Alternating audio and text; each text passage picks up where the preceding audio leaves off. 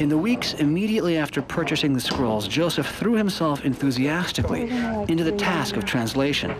He records in his diary that he began by developing an alphabet and grammar of the Egyptian language. The townspeople were duly impressed with the work, and scores of visitors would call on the prophet to see for themselves these wondrous things.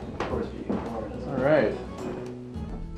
I was continually engaged in translating an alphabet of the Book of Abraham and arranging a grammar of the Egyptian language as practiced by the ancients. July 1835.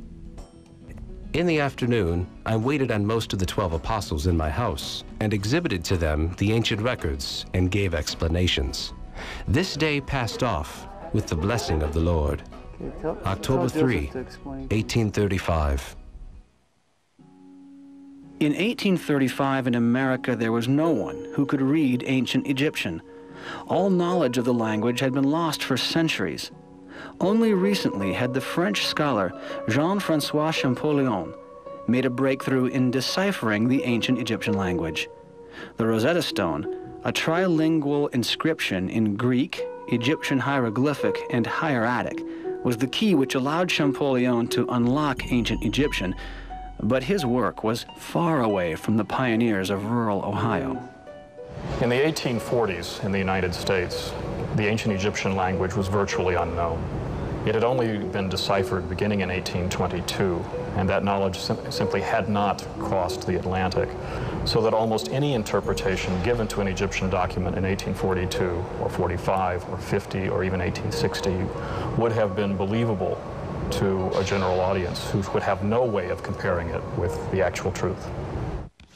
But in his diary, Joseph Smith confidently records doing what no scholar in America in his day could do, translating ancient Egyptian scrolls. This afternoon, I labored on the Egyptian alphabet in company with brothers Oliver Cowdery and W. Phelps. And during the research, the principles of astronomy, as understood by Father Abraham and the ancients, unfolded to our understanding, the particulars of which will appear hereafter. October 1, 1835. This afternoon, I recommenced translating from the ancient records. October 7, 1835. I returned home and spent the day in translating the Egyptian records. A warm and pleasant day. November 19, 1835. Spent the forenoon instructing those that called to inquire concerning the things of God in the last days. And in the afternoon, we translated some of the Egyptian records. November 24, 1835. Spent the day translating. November 25, 1835. At home, we spent the day in transcribing Egyptian characters from the papyrus. I'm severely afflicted with a cold. November 26, 1835.